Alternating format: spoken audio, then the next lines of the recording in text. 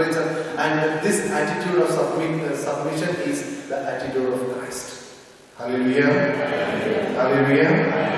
Hallelujah. Remember that this is one of the value system God is teaching us. This is one of the value system that God is teaching us.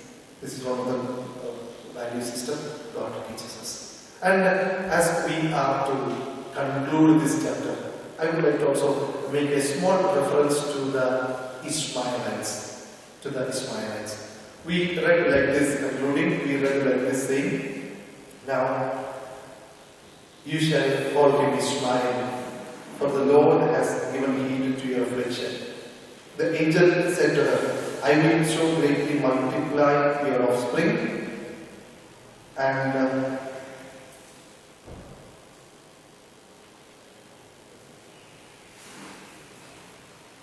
okay, it is from 10. The angel of the Lord also said to her, I will so greatly multiply your offspring that they cannot be counted for multitude. And the angel of the Lord said to her, now you have conceived and shall bear a son. You shall call him Ishmael, for the Lord has given heed to your affliction. He shall be a wild ass of a man, with his hand against everyone, and everyone's hand against him. And he shall live at odds with all his skin. Hallelujah. Hallelujah. Hallelujah. As we conclude this, we find that the descendants of Ishmael is given lot of prosperity in life. Lot of prosperity in life. Hallelujah.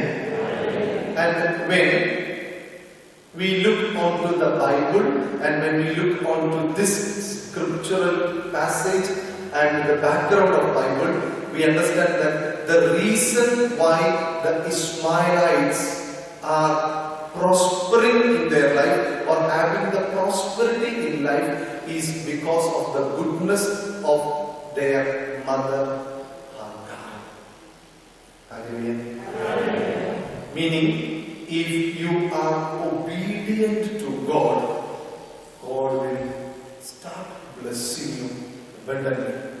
See, whatever the negative characters or the characteristic of this boy, Ishmael, is given there. And we also know that always fighting for anything or anything and everything, we find that. I am not accusing, but I am speaking from the part of Bible. I am not speaking from the part of this world view. Hallelujah.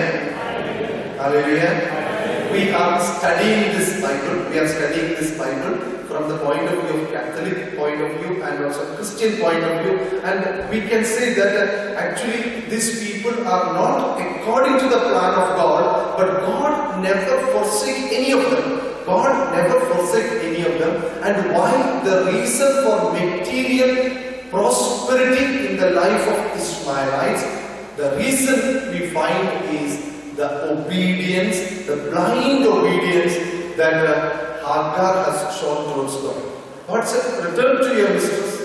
Return to your mistress. I know that the time that you are supposed to come out. Because when we continue reading, we will understand that God is asking Ishmael and Hagar to come out from get out from the house of Abraham. Please don't stay there now. Please don't stay there now. But now, when God said that you go, return, and you stay, you start staying with Sarai, she obeyed. Hallelujah. Hallelujah. Hallelujah. Thank you, Jesus. Hallelujah. And in the Bible, from there onwards, we don't find any fight with Hagar and fight between Hagar and Sarai. The moment God said, go, return, live there. Go, return, live there. Hagar said, okay, let me go. And she went. She started living there. And there was no fight. There was no fight. And she was, in a way, we should say that Hagar was a good lady. Hagar was a good lady because in her path there is no wrong. It was Sarai who wanted to live to God. It was Sarai who gave Hagar to Abraham. It was Sarai who sent her away. And when God sent Hagar to come back, Hagar came back, she started living with Sarah. Hallelujah. Hallelujah. Hallelujah. Hallelujah. Hallelujah. Hallelujah.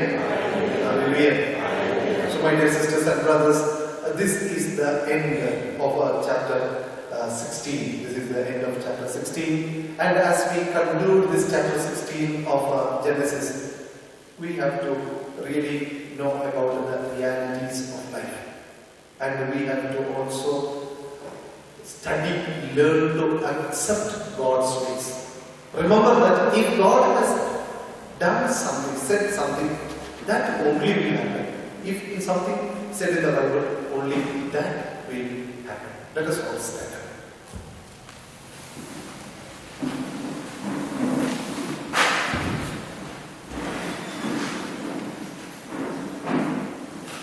Before we conclude, kindly join and look at the Eucharistic pieces. Here we find God's mercy also abundantly flowing towards Hagar and Sarai. God's mercy abundantly flowing towards Sarai and Hagar. God does not want to forsake either Sarai or Hagar.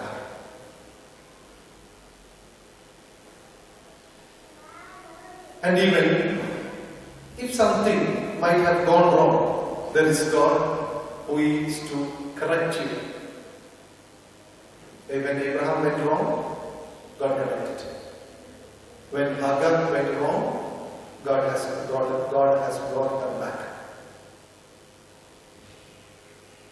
And from all our mistakes, God can make something good for us. That is what we read in Romans 8:28. That is what we read in Romans 8:28.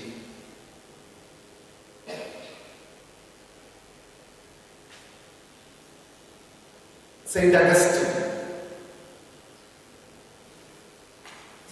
would say that it was God's mercy that is correcting us. It is God's mercy that is correcting us. Because St. Augustine is the one who wrote about the confessions. He lived a life of sin and he experienced God's correcting hand in his life. And he is the one who said that God is bringing me back to life. Bringing me back to life.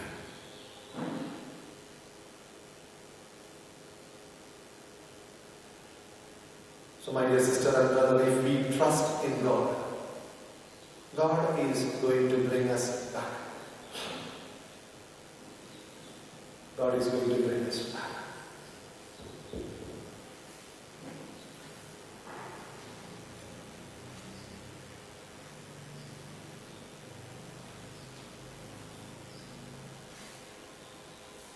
You can repeat after me.